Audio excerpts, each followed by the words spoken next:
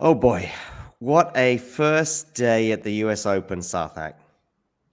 Insane is the word. I mean, when you think of being the most wide open slam, this has just gone to the next level, John. I mean, you've been watching the matches closely. I haven't been seeing all of them. So at first, which one surprised you the most? Which I would upset? s- I would say the biggest one has to be Simona Halep losing the number 7 seed Yeah, to I'm going to say the name Snigor from Ukraine. That is the yeah. big shock of the day. Although I would probably say that the biggest story, although we all knew it was going to happen at least, was the Serena Williams match. I think that's probably where I would like to start because it was captivating for so many reasons. And we'll give Snigger her due attention shortly. But first of all, I think we have to give her, well, in New York, they call her the Queen of Queens, Serena Hmm. Williams. Hmm. I mean, I'm very happy that she won it in straight sets. That Me was too. very, because we don't want her to lose in the first round if this is the last match of her career. We were discussing this the last time. The legacy that she leaves is unimaginable. The life she has touched, the girls that take up the sport because of this one woman across the world, across generations. And I just wish that she has this dream run for all of those people that look up to this woman, and I'm glad that she came through. That has to be the story of this day to start things. Yeah. But what in particular impressed you, John, in that match? Was it Serena serving? What was appealing to you the most? Thank you. I'm glad you asked because I would say the first thing is you highlighted there. I was a bit worried. The first game, she double faults twice in the first game Mm, alone. mm. She is Yeah. 15-40 down in the first game. And I have to say, she looked very ropey. She looked very anxious, understandably so. And I started thinking back to when we spoke a couple of weeks ago about Serena and a few other things and how the exit for her may end up looking. And I was starting to worry. I really was, because don't Mm, forget, it's only a couple of weeks since she got bageled by Emma Raducanu. And I was very concerned. I mean, as it turned out, my concerns were completely unnecessary because actually she held serve wonderfully in that first game. She takes an early lead to love. She does mm, get pegged back. She takes a 5-3 lead and then goes on to win the match 6-3, 6-3. What impressed me most, apart from the mental strength required to overcome those wobbles, I do think the serve looked good today. I saw from a tennis perspective, the serve looked good, which is obviously mm, something that you would want to rely on when you're Serena, I guess, but is not always there, particularly at this stage of her career. The return sometimes was pretty phenomenal. I think the movement was okay. I mean, it's only her second win in about mm, 18 months. Let's not forget. mm, So, listen, from mm, a tennis point of view, I'm very pleased. Things are going to get mm, much tougher. Kontaveit in the next round. But the mm, occasion, as we can see from this picture here of We Love Serena, which was mm. all done afterwards, which could well have been done with a defeat, but Saarthak, fortunately, it happened after a win. Totally. And I want to take help. Want to ask you. I mean, if you just break down the next matchup, it's such a big matchup for Serena. I mean, we'll come to what Kedar is asking. Agut, Tsitsipas, and Fritz out in round one. Kedar. I mean, I can't even. I don't know what do I say. I mean, those you were. There were people who were saying that Taylor Fritz could go all the way to the final, and he loses in round one. So we're going Yeah, to come to that. But just speaking of the next one, Annette Kontaveit, the yeah. second seed, how much would you say Serena?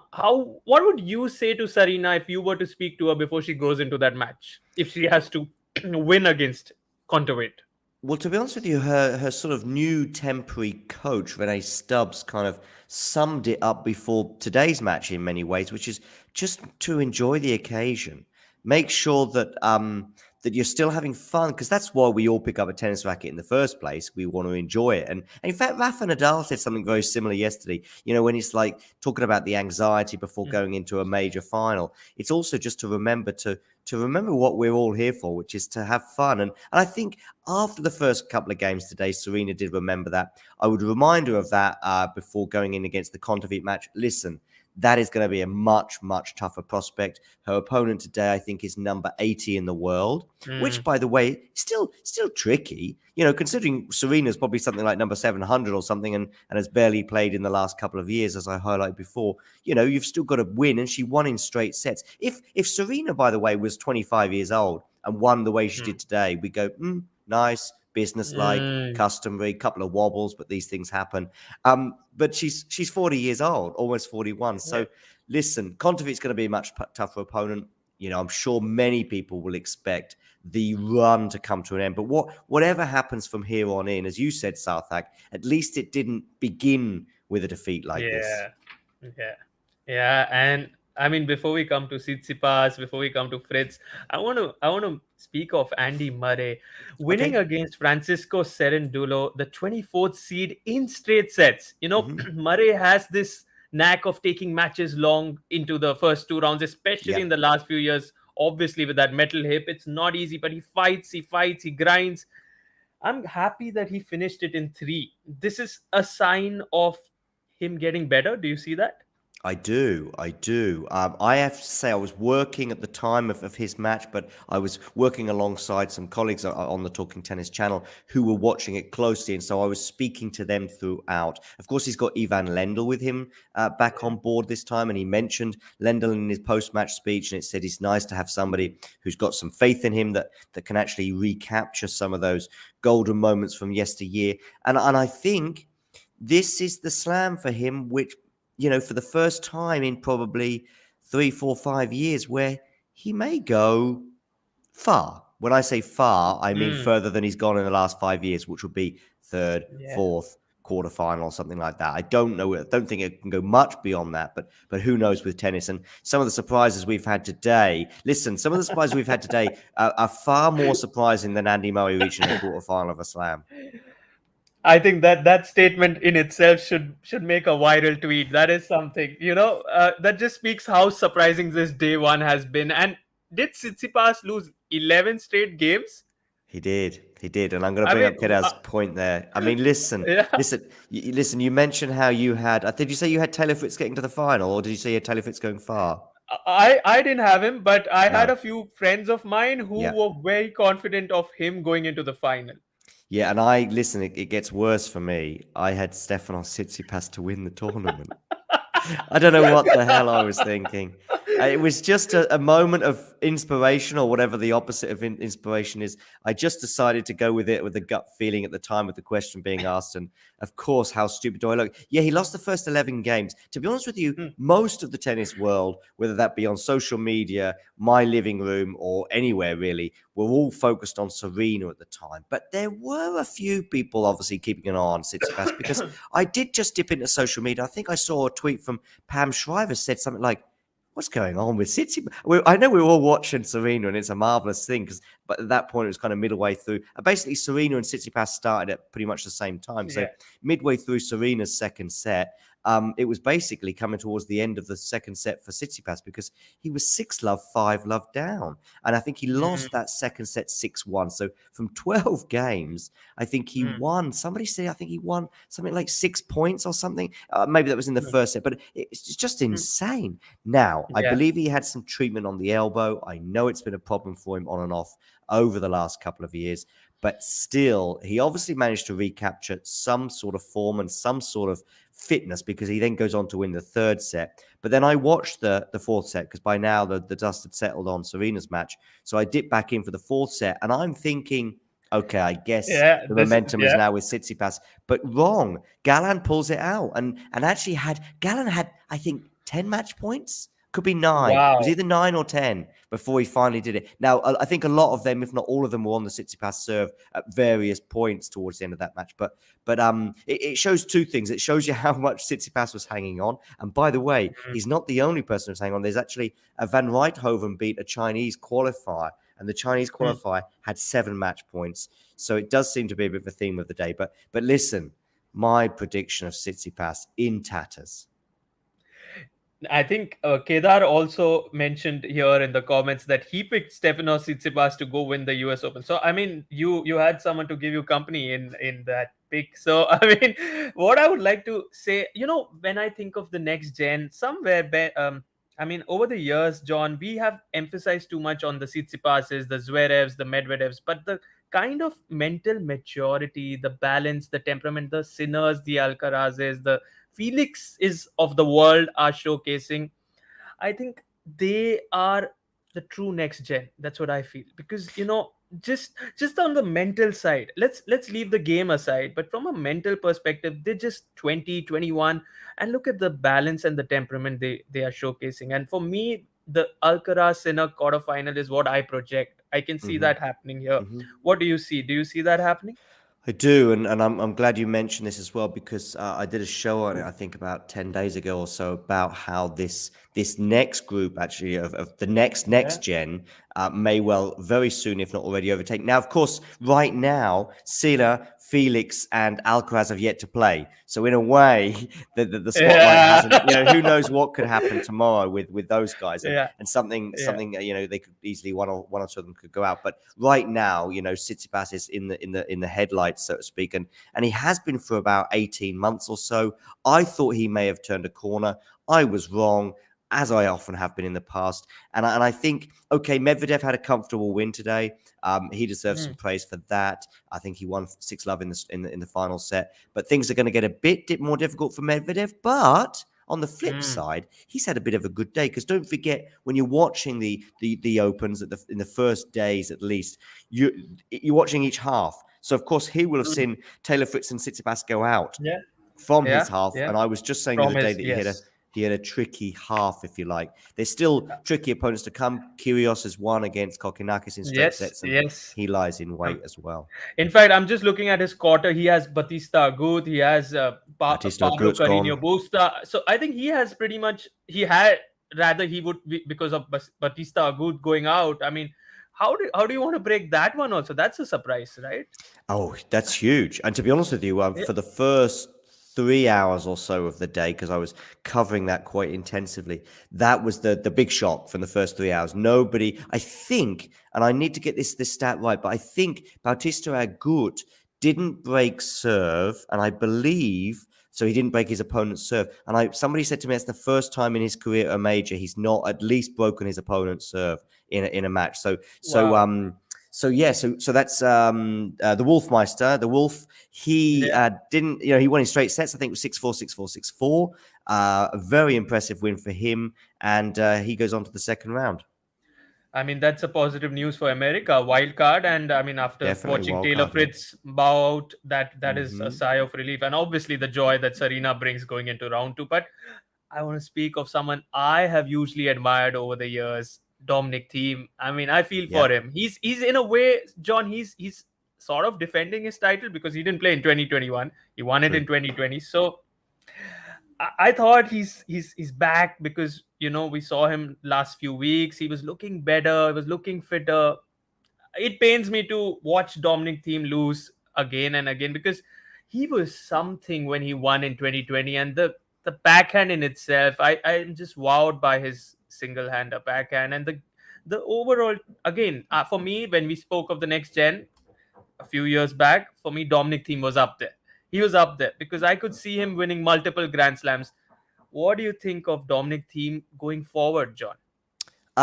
Listen, let's a couple of things. First of all, you're absolutely right. 2020 Dominic team was phenomenal, and that backhand in particular.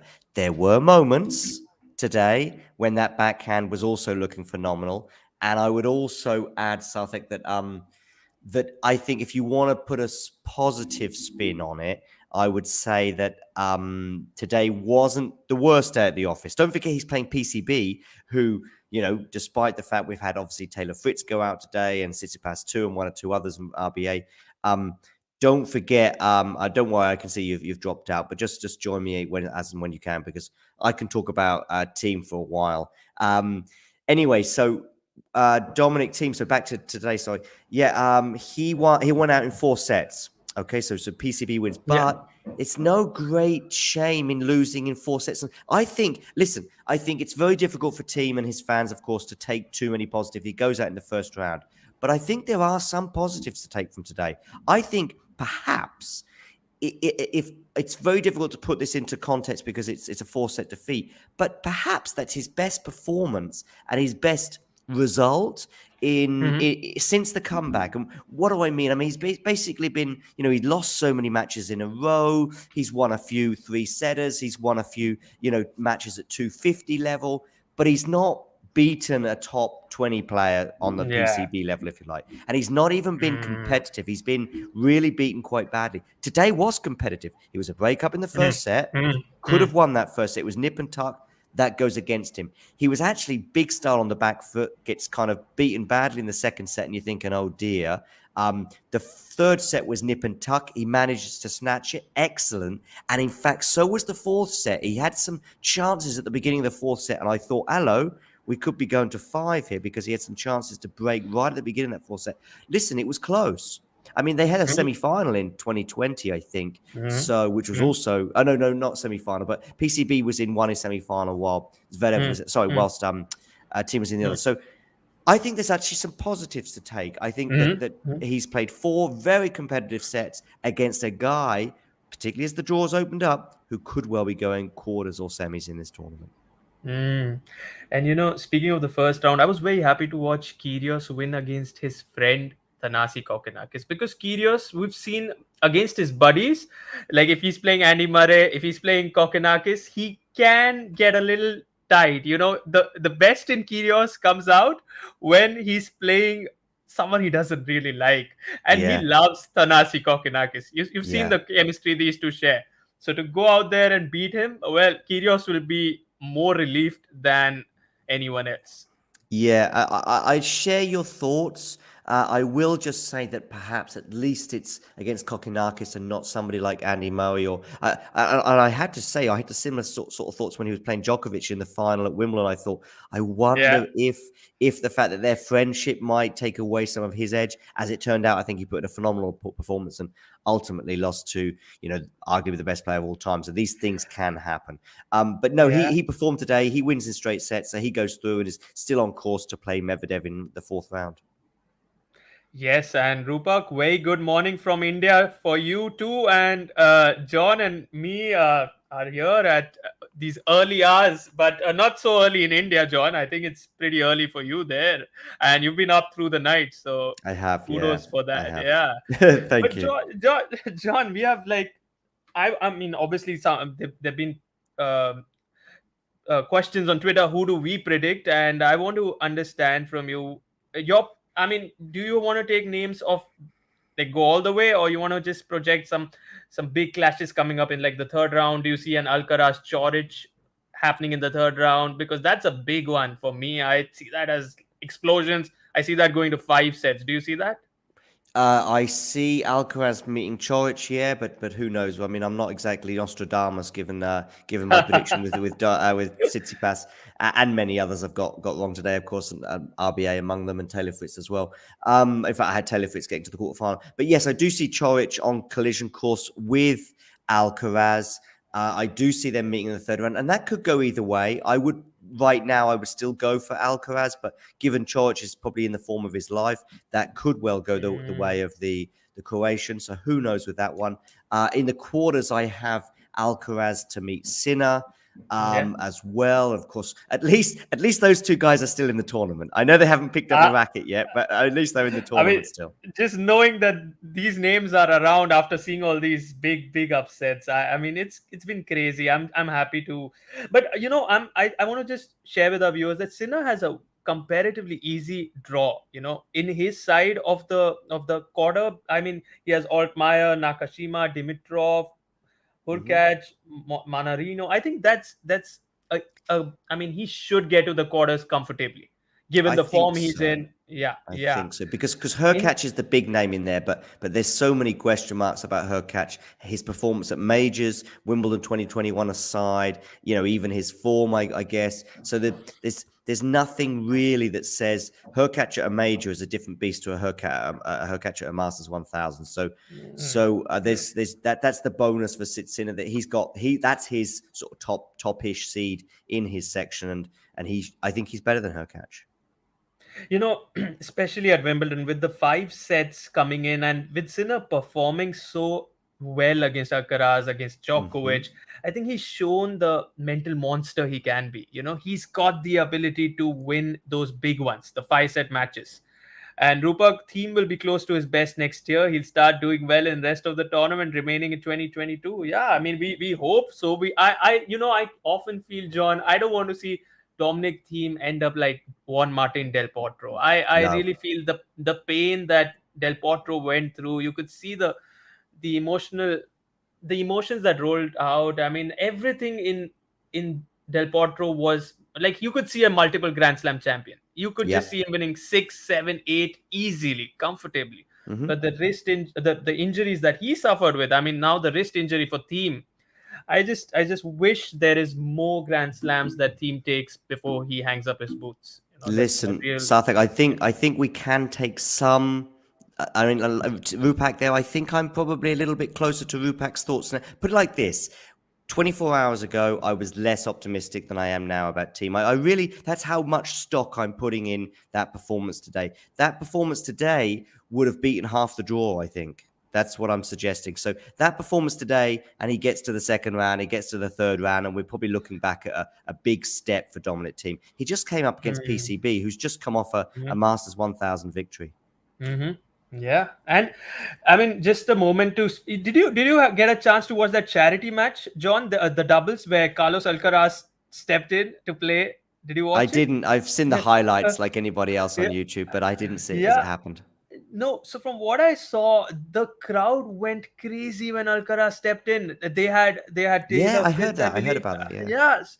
So I mean, and this just shows how much love he's getting from the American crowds, which is something. I mean, how those crowds, how hostile the American crowds can even get. I mean, you've seen what they've done with Djokovic over there. So Yeah. that could Medvedev. also give. I mean, Alcaraz feeds off that energy, doesn't he? I mean, I think, do you see Alcaraz going all the way? Yeah, I can do, but let me come to his relationship with fans and the crowd in New York as well. I think he comes across as a really decent guy. That helps. But even his social media posts are quite amusing. I think he responded to somebody today with like 800 followers, which is nice. I think somebody Yeah. tweeted something. I think somebody tweeted a selfie that they'd taken with Alcaraz that particular day, I guess somewhere in New York. And he responds to it, and he responds to Mm. other things. And I remember during Wimbledon that he posted some pictures of him hanging out in London, even at the house that he was staying in. And so I think this does come across quite well, and I think that will do him a lot of favors. And I did hear about, although I didn't hear it personally, I did hear about the warm reception, of the loud reception he got in New York. Listen, before you go, Southak, because I know you've got to go very, very soon. You've got a busy schedule ahead. I do just want to talk to you about the other big shock. I think Tsitsipas going out is huge, but probably the Yeah. biggest shock and biggest story, Serena aside, was Simona Halep going out today. I want to mention Patrick Moratoglu. I mean, when Sure. he took through, I mean, when he came in to coach Simona, I think everyone in the tennis world at first was surprised, and then the expectations just multiplied because you want to now see the next level in Simona Halep, and everyone was. I think this loss, I mean, she won the second set. She bageled She did. Schnigur in the second set. So I She mean, she did. did have the game, but I think it's the mental side because, John, I don't know, was because I've not seen the whole match. I have just gone through the highlights. What really was it? Was it Schnigur outplaying Simona, or was it Simona imploding? I mean, like a lot of tennis matches, particularly ones that go over 3 or 5 sets, there's sort of various stages to this match. The first set was kind of odd. In the first game, I thought, okay, Halep, I think she lost the first couple of games, but it didn't really seem to be too many alarm bells. But before you knew it, the first set was very much drifting away from her. And then there were sort of question marks. There were comments from the commentary, from myself as well watching, and some of my colleagues as well as we were watching, going, is the movement okay? There was for the first time that I've noticed, there were some comments that she was making towards Mouratoglou in a very sort of angry way, that sort of, sometimes we see this on the male side, that people project their anger towards their team. And for the first time, I'd seen that from Simona towards her team. And I don't know if that's indicative of anything, but that was the first set. But then, as you said, second set, completely different story, blows her opponent away. And you're thinking, okay, the cobwebs have been blown off. These things can happen. She's going to go off and run away with it. And my concern was that it might be something like 6-love, 6-1 for those last two sets or something like that. How wrong was I? Because the beginning of the beginning of the third and final set, Snigger wins the first, I think, 3 or 4 games. She goes up a double break, Snigger. And now you're thinking, okay, but then the nerves get to Snigger. So we go into sort of phase 3 or 4 of the match, which is basically Snigger hanging on, if I'm honest, because she's now, I think, pegged back to 5-4. She's serving out for the second time. She's had a couple of match points, albeit on the Halep serve, but boy, did she hold it together. And I tell you what, the emotional feeling that she had at the end. I have no affiliation to either player as such, but obviously you can see the image of her there with the little Ukraine emblem there. She's from Ukraine. She's 20 years old, and I think it's the first time for her in a main draw, beating Simona Halep. You go on YouTube, guys, check out the memes and the gifs of her at the end of the match, because the emotion that she shares with the crowd, and she's just like so grateful because the crowd warmly receive her as well. And she's like, oh my goodness, thank you so much. And for 2 minutes in the interview on court afterwards, which I'm sure you can find on YouTube, it's just heartwarming. Let me tell you that.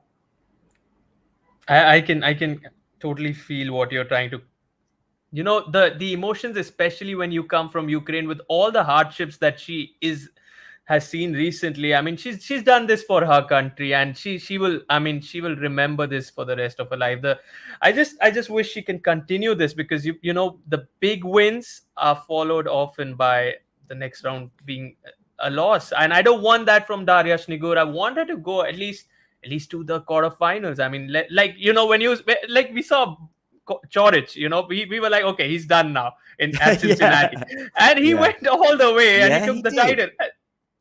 He did. Yeah. So let's and we'll have lots more to talk. I'm sure, John, we both will connect again, and this time I got to rush, but we'll come back. No problem. Listen, this is perfect for me. 25 minutes has been amazing. Saarthak, thank you very much for your time. You can shoot off. I will probably just continue for a couple more minutes as I round up the other matches. But listen, I'm really appreciative of your time today. Have a good day, and we'll be in touch. Superb. Thank you, John. Thank you so much. Cheers. Cheers. So Saarthak goes off into the New Delhi distance as he progresses with his day. It's about, I think, 10:45, 11 o'clock or something like that. Somebody in the live chat can probably tell me otherwise regarding the time in New Delhi and elsewhere. But here in Germany, it's 6:45 in the morning. It's almost time to get a couple of hours sleep. I will just go through some of the other results from day one while we still have a few of you on board. Mention, of course, RBA going out.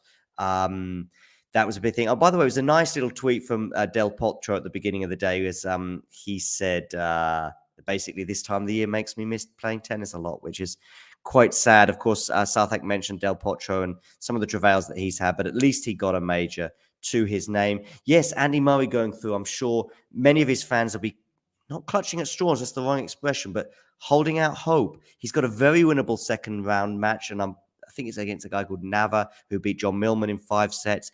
I would make Andy Murray the favorite in that, and he will be on a collision course to meet Matteo Berrettini in the third round, because Matteo Berrettini won today as well. A qualifier called Wu, by the way, beat, I think, Basilashvili in straight sets. Wu was somebody that Damien Kunst, who I interviewed on Sunday about qualifiers, etc., was very big on. Make sure you give Damien a follow on Twitter. Make sure you check out the video I did with him, because he predicted we would go quite far, or would be a much fancy qualifier and would probably beat Basilashvili. He did so, and in doing so has become the first Chinese man to win a Grand Slam singles match since 1959.